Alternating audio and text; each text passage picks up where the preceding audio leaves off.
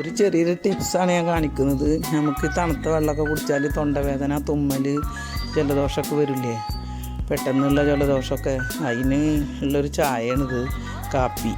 അപ്പോൾ ആ കാപ്പി ഉണ്ടാക്കുന്നത് ഞാൻ 3.5 ഗ്ലാസ് വെള്ളം എടുത്ത് അതിൽ 1.5 ടീസ്പൂണ് കാപ്പിപ്പൊടിയും ഒരു ചെറുനാരങ്ങയുടെ 1/4 ഭാഗം ഇട്ട് ഒരു കഷ്ണം ഇഞ്ചി ചതക്കിയിട്ടിട്ട് തിളപ്പിച്ച് പാകത്തിന് പഞ്ചസാര ഇട്ട് കാപ്പി കുടിക്കണ പോലെ കുടിച്ചാൽ വേഗം തൊണ്ടവേദനയും ജലദോഷമൊക്കെ കുറേയൊക്കെ ഫലം ഉണ്ടായി.